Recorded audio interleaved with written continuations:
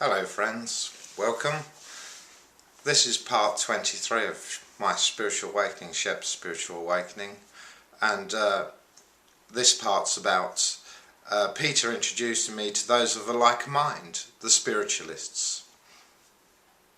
So anyway, Peter came to me one evening and he said, I would like to introduce you, take you to meet those of a like mind, those that you could learn from that are spiritually aware. He didn't say this, but they were spiritually aware people.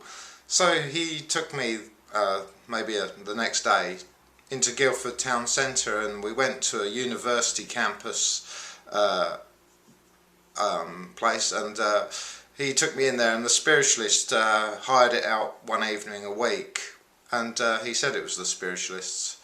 And he took me in there and he said there'll be those that are spiritually aware and communicating with spirit guides and loved ones, giving proof and evidence and such like of a like mind. So we went in, and Peter said, I don't want to get a message, so I'm going to sit right at the back, but you go sit, toward the front. So I did. I went and sat near the front and a few rows back, and I suppose there was about 20 to 30 people there. And the medium got up and he gave an address and a reading, and then he done 30 minutes clairvoyance. And about the second message, I got a message, my first message from Spirit, and I at that time didn't really know who it was from. I mean, Peter had given me a message from my mother earlier on, but I believe it was from a guide, probably, not the corrupt one in my light, and they were, telling me about different things and giving me some evidence and proof of things I'd done in my life and such like, to let me know this person did know me, and evidence, and that's what Spiritualist is about, proving the continual existence of all life hereafter. So it was interesting, and it was nice to see that there was others that were communicating with Spirit there that had developed it and such like, and he gave me this message, and he told me about some events that might happen in the future and such like. One or two of them did, others didn't, but so it was interesting, and we left after that, but Peter took me back there again a few weeks later, and there was two healers there afterwards healing, and Peter said, that you can do healing and sometimes become very depleted, because instead of channeling the energy, whatever source it comes from, of course God in my case I believe, that instead of channeling it you use your own spirit's energies, and you can become very depleted. And he said both these healers are actually very depleted, and he healed them both. And he done an amazing healing on me also once. He healed my lungs, and he took two big lumps out of them. Amazing powerful healer, the most powerful healing I've ever had he gave me.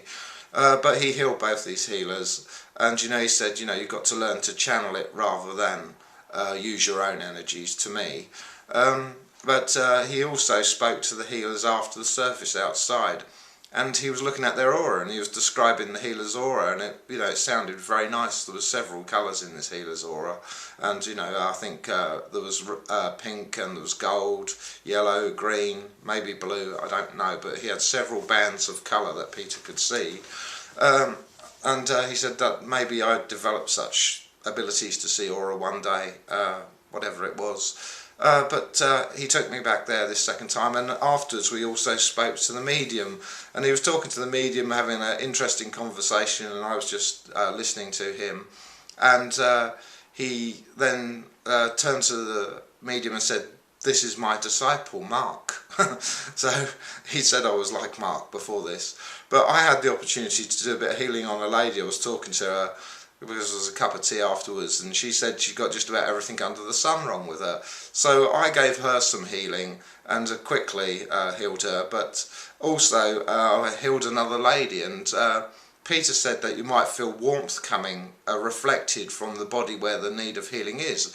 And this lady told me she had a really bad ankle, and it was really swollen, and I started to put my hands near her ankle to heal her, and I could feel warmth, but she had a long dress on, a skirt, whatever it was, and I just run my hands up over her skirt, and I felt great heat halfway up her bottom of her leg, and I looked to see what it was, and she had varicose veins, and obviously that was making the blood pool in her ankle. So the real problem was the varicose veins, not her ankle itself, even though it was very painful. So that was interesting. And I've had much help from the spiritualists and over the years, and it was meant for me to have that contact because it would help me greatly during what's happened since. So I bless you. I thank you for listening. See you in the next video. Love and light. Shep.